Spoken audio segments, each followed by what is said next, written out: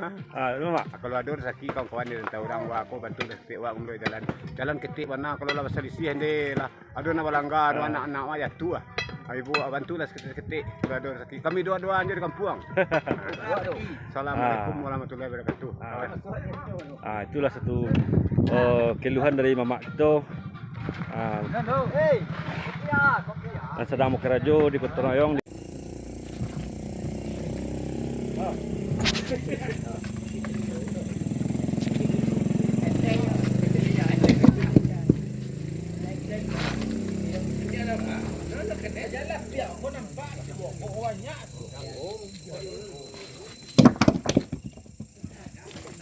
Nampak buah kotek no.